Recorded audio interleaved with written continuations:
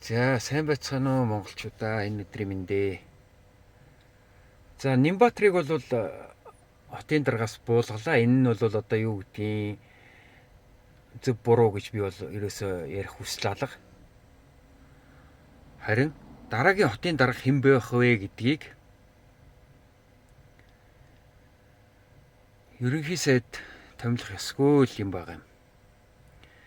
Хэн томилох вэ гэхээр нийслэлийн ард иргэд томилох ёстой л байгаа юм да. Энэ бол маш энгийн асуудал шүү дээ.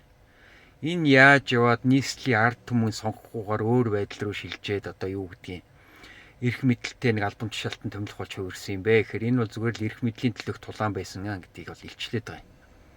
Тийм болохоор энэ албан тушаалыг эрх мэдэлд ашиглуулахгүй тулд нийт ард иргэд зөвхөн нийслэлийн ард иргэд нийслэл хотын дарга удирдагч захирагч нь хэн байх вэ гэдгийг шийддэг байх ёстой шүү. Тийм болохоор